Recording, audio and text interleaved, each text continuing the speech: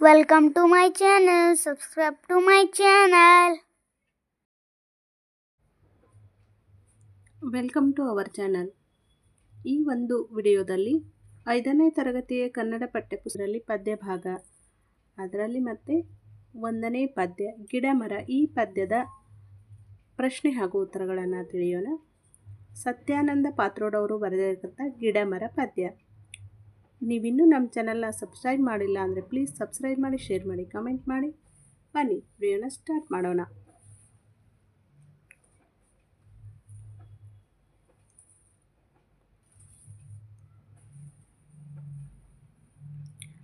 ಬೊಡ್ಡೆ ಕರೆದು ಎಲೆ ಹಸಿರು ಹೂವು ನಾನಾ ಥರ ಎಂಥ ಸೊಬಗು ಏನು ಕಂಪು ಬೆಳೆದು ನಿಂತ ಗಿಡಮರ. ಯಾರೇ ಬಂದು ಏನೇ ಮಾಡಲಿ ಎಲ್ಲದಕ್ಕೂ ದಿವ್ಯ ಮೌನ. ರೆಂಬೆ ಕೊಂಬೆ ಚಿಗುರುವಲ್ಲಿ ಕಡಲುಕ್ಕುವ ಚೇತನ. ಮನುಷ್ಯನಲ್ಲಿ ಮಾತು ಉಂಟು ಮಾತಿನಂತೆ ಇಲ್ಲ ಮನ. ಲಿಂಗವರ್ಣ ಜಾತಿ ಧರ್ಮ ಹಾಳು ಕೊಂಪೆ ಇವನ ಮನ. ಜಾತಿ ಗೀತಿ ಲಿಂಗ ಧರ್ಮ ಮೀರಿ ಬೆಳೆದ ಗಿಡಮರ. ಅವನು ಇವಳು ಅದು ಇದು ಎನಿಸುತ್ತಿಲ್ಲ ಒಂದು ದಿನ.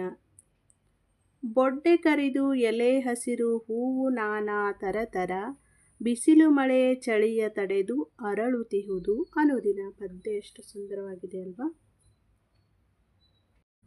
ಕೃತಿಕಾರರ ಪರಿಚಯ. ಡಾಕ್ಟರ್ ಸತ್ಯಾನಂದ್ ಪಾತ್ರೋಡ್ ಬಾಗಲಕೋಟೆಯಲ್ಲಿ ಜನಿಸಿದವರು. ಕನ್ನಡದಲ್ಲಿ MA PhD ಪದವಿಯನ್ನು ಪಡೆದಿರುವ ಇವರು ಬಾಗಲಕೋಟೆಯ SP ಪಾಟೀಲ್ ಸಂಯುಕ್ತ ಪದವಿ ಪೂರ್ವ ಕಾಲೇಜಿನಲ್ಲಿ ಅಧ್ಯಾಪಕರಾಗಿದ್ದರು. ಇವರು ಕರಿನೆಲದ ಕಲೆಗಳು, ಜಾಜಿ ಮಲ್ಲಿಗೆ, ಕಲ್ಲಿಗೂ ಗೊತ್ತಿರುವ ಕತೆ, ಕರಿಯ ಕಟ್ಟಿದ ಕವನ, ನನ್ನ ಕನಸಿನ ಹುಡುಗಿ, ನದಿಗೊಂದು ಕನಸು ಮತ್ತು ಅವಳು ಎಂಬ ಕವನ ಸಂಕಲನ ಕೂಡ ಬರೆದಿದ್ದಾರೆ. ನಮಗ ಯಾರೂ ಇಲ್ಲೋ ಯಪ್ಪ ಸಾಕ್ಷಿ, ಮತ್ತೊಬ್ಬ ಏಕಲವ್ಯ ಎಂಬ ನಾಟಕಗಳನ್ನು, ಒಂದಿಷ್ಟು ಕ್ಷಣಗಳು ಎಂಬ ಪ್ರಬಂಧ ಸಂಕಲನವನ್ನು ಕೂಡ ಪ್ರಕಟಿಸಿದ್ದಾರೆ. ಎದೆಯ ಮಾತು ಎಂಬುದು ಇವರ ಕಾವ್ಯದ ಧ್ವನಿ ಸುರುಳಿ. ಕರ್ನಾಟಕ ಸರ್ಕಾರ ಇವರಿಗೆ ಕರ್ನಾಟಕ ರಾಜ್ಯೋತ್ಸವ ಪ್ರಶಸ್ತಿ ನೀಡಿ ಪುರಸ್ಕರಿಸಿದೆ. ಗಿಡಮರ ಎಂಬ ಈ ಕವನವನ್ನು ಅವರು ಕರಿಯ ಕಟ್ಟಿದ ಕವನ ಎಂಬ ಕವನ ಸಂಕಲನದಿಂದ ಆರಿಸಲಾಗಿದೆ.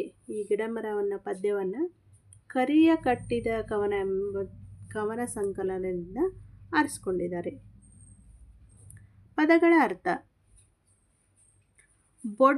ಬೊಡ್ಡೆ ಅಂದರೆ ಮರದ ಕಾಂಡದ ಭಾಗ. ಅನುದಿನ ದಿನನಿತ್ಯ, ಪ್ರತಿದಿನ. ಕರಿದು ಅಂದರೆ ಕಪ್ಪಾದ ಬಣ್ಣ. ಥರ ವಿಧವಾದ. ಕಡಲುಕ್ಕು ಅಂದರೆ ಸಮುದ್ರ ಉಕ್ಕಿದಂತೆ. ಮನಸ್ಸು.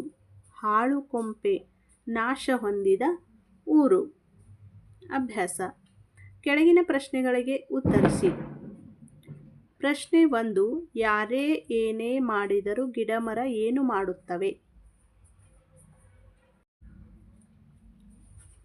ಪ್ರಶ್ನೆ 1ರ ಉತ್ತರ. ಯಾರೇ ಏನೇ ಮಾಡಿದರೂ ಗಿಡಮರ ಎಲ್ಲದಕ್ಕೂ ದಿವ್ಯ ಮೌನ ಮಾಡುತ್ತದೆ. ಯಾರೇ ಏನೇ ಮಾಡಿದರೂ ಗಿಡಮರ ಏನು ಮಾಡುತ್ತೆ? ಎಲ್ಲದಕ್ಕೂ ದಿವ್ಯ ಮೌನವಾಗಿ ಇರುತ್ತದೆ. ಪ್ರಶ್ನೆ 2. ಕಡಲುಕ್ಕುವ ಚೇತನ ಎಲ್ಲಿ ಕಾಣಬರುತ್ತದೆ? ಕಡಲುಕ್ಕುವ ಚೇತನ ಎಲ್ಲಿ ಕಾಣಬರುತ್ತದೆ? ಉತ್ತರ. ಕಡಲುಕ್ಕುವ ಚೇತನ ರೆಂಬೆ ಕೊಂಬೆ ಚಿಗುರುವಲ್ಲಿ ಕಾಣಬರುತ್ತದೆ. ಪ್ರಶ್ನೆ 3. ಅದು ಇದು ಎನಿಸದಿರುವುದು ಯಾವುದು? ಜಾತಿ ಗೀತಿ ಲಿಂಗ ಧರ್ಮ ಎಲ್ಲವನ್ನೂ ಮೀರಿ ನಿಂತ ಗಿಡಮರಗಳು ಅದು ಇದು ಎಂದು ಎನಿಸುವುದಿಲ್ಲ. ಪ್ರಶ್ನೆ 4. ಗಿಡಮರಗಳು ಹೇಗೆ ಬೆಳೆದು ಅರಳುತ್ತಿವೆ? ಗಿಡಮರಗಳು ಬಿಸಿಲು ಮಳೆ ಚಳಿಯ ತಡೆದು ಬೆಳೆದು ಅರಳುತ್ತಿವೆ. ಕೆಳಗಿನ ಪ್ರಶ್ನೆಗಳಿಗೆ 2-3 ವಾಕ್ಯಗಳಲ್ಲಿ ಉತ್ತರಿಸಿ. ಪ್ರಶ್ನೆ 1. ಬೆಳೆದು ನಿಂತ ಗಿಡಮರ ಹೇಗಿವೆ? ಉತ್ತರ. ಬೆಳೆದು ನಿಂತ ಗಿಡಮರ ಕಪ್ಪು ಬಣ್ಣದ ಬೊಡ್ಡೆಗಳು, ಹಚ್ಚ ಹಸಿರು ಎಲೆಗಳು, ನಾನಾ ಬಣ್ಣದಿಂದ ಕೂಡಿದ ಹೂಗಳಿಂದ ಅಲಂಕೃತವಾಗಿ ಗಿಡಮರಗಳು ಬೆಳೆದು ನಿಂತಿವೆ.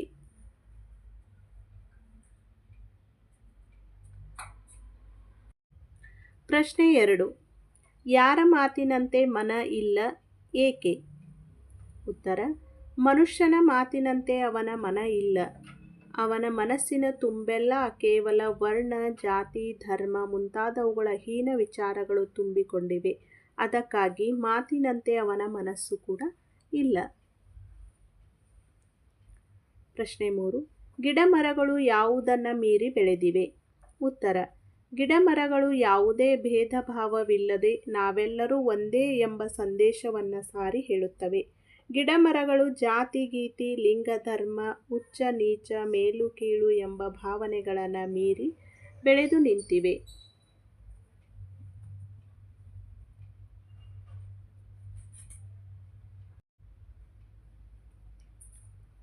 ಬಿಟ್ಟ ಸ್ಥಳವನ್ನು ಪದ್ಯದಿಂದ ಆರಿಸಿದ ಸೂಕ್ತ ಪದಗಳಿಂದ ತುಂಬಿರಿ. ಎಂಥ ಸೊಗಸು, ಏನು ಕಂಪು, ಬೆಳೆದು ನಿಂತ ಗಿಡಮರ, ರೆಂಬೆ ಕೊಂಬೆ ಚಿಗುರುವಲ್ಲಿ ಕಡಲುಕ್ಕುವ ಚೇತನ. ಮನುಷ್ಯನಲ್ಲಿ ಮಾತು ಉಂಟು, ಮಾತಿನಂತೆ ಇಲ್ಲ ಮನ. ಜಾತಿ ಗೀತಿ, ಲಿಂಗ ಧರ್ಮ ಮೀರಿ ಬೆಳೆದ ಗಿಡಮರ. ಕೆಳಗೆ ನೀಡಿರುವ ಪದಗಳಿಗೆ, ಗಿಡ ಮರಗಳಿಗೆ ಮತ್ತು ಮಾನವನಿಗೆ ಸಂಬಂಧಿಸಿದ ಪದಗಳನ್ನು ಪ್ರತ್ಯೇಕವಾಗಿ ಪಟ್ಟಿ ಮಾಡಿ ಅಂತ ಹೇಳಿದ್ದಾರೆ. ಬೊಡ್ಡೆ, ಮಾತು, ಅವನು, ಮನ, ಹಸಿರು, ಧರ್ಮ, ಚಿಗುರು, ಜಾತಿ, ಹೂವು, ಕೊಂಬೆ, ಅವಳು, ರೆಂಬೆ. ಈ ಪದದಲ್ಲಿ ಗಿಡ ಮರಕ್ಕೆ ಸಂಬಂಧಿಸಿದ ಪದಗಳು ಮತ್ತು ಮಾನವನಿಗೆ ಸಂಬಂಧಿಸಿದ ಪದಗಳು. ಗಿಡ ಮರ: ಬೊಡ್ಡೆ, ಹಸಿರು, ಚಿಗುರು, ಹೂವು, ಕೊಂಬೆ, ರೆಂಬೆ ಇವೆಲ್ಲ ಪದಗಳು ಗಿಡ ಮರಗಳಿಗೆ ಸಂಬಂಧಿಸಿವೆ. ಅದೇ ರೀತಿ ಮಾನವನಿಗೆ ಮಾತು, ಅವನು, ಮನ, ಧರ್ಮ, ಜಾತಿ, ಅವಳು ಇವೆಲ್ಲ ಪದಗಳು ಮಾನವನಿಗೆ ಸಂಬಂಧಪಟ್ಟಿರ್ತಕ್ಕಂಥ ಪದಗಳಾಗಿವೆ. ಈ ವಿಡಿಯೋ ನಿಮಗೆ ಇಷ್ಟ ಆದರೆ ಪ್ಲೀಸ್ ಲೈಕ್ ಮಾಡೋದನ್ನು ಮರಿಬೇಡಿ.